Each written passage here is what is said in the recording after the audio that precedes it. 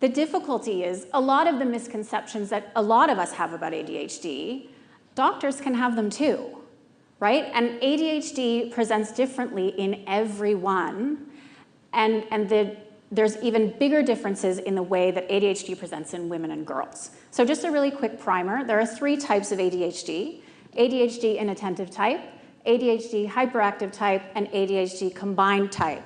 I have combined type, which means that I show lots of symptoms, traits of hyperactivity and inattention.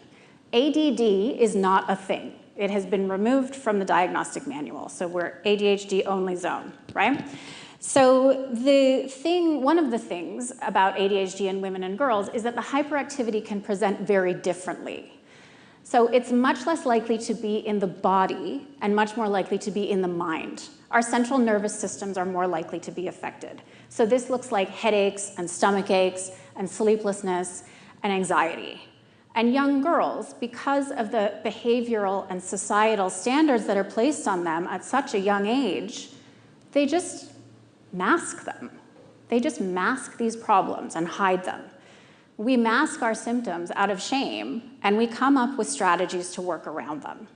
And those strategies work until they don't, right? So a lot of women are diagnosed, like I was, with ADHD after they have kids. So after I had children, the demands placed on me exceeded my ability to work around them. And my doctor at the time said, you know, when your strategies stop working and things fall apart, it's distressing. But there are so many things we can do for you. So, like, I wasn't a bad adult or a bad woman.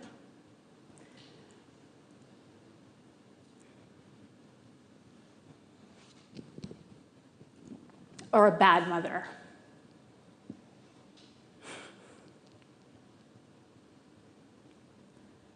It wasn't just a matter of trying harder.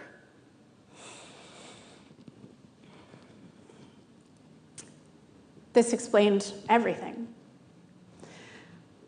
Underdiagnosis of ADHD in women is a feminist issue for lots of reasons. Outrageously, women were not even included in ADHD studies until the late 1990s.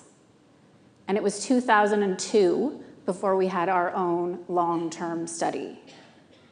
I tried to look up like celebrities that were born in 2002, and I didn't even know any of them. So like, this is what I'm saying.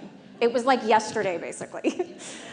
So this lack of diagnosis and this lack of research affects families and communities and businesses in a big way. I'm lucky because I had a lovely childhood. I always knew I was rad. There were definitely things that I wasn't rad at, and there still are. But because of the support and the love and understanding that I got from my parents, those feelings that I still feel every day of shame, of feeling like I'm not good enough, and of feeling like I'm a burden could have become debilitating. And they do for lots of people with ADHD. Having said all that, this is a happy story. I am thrilled now that I know that I have ADHD. When my son, Henry, was diagnosed with ADHD last year, we made a cake to celebrate. Because those easy things that we struggle with, they're juxtaposed with magic and a unique ability to do hard things.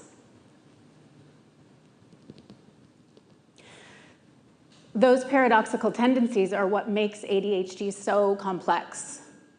So my inability to focus is offset by periods of intense hyperfocus. The fact that I lose interest in things easily has transformed into entrepreneurialism. And I might struggle to start tasks sometimes, but I can also knock off a week's worth of work in an afternoon. So I'm not going to tell you all of the famous geniuses that have ADHD, But given the stats, there are about 10 of us in the room right now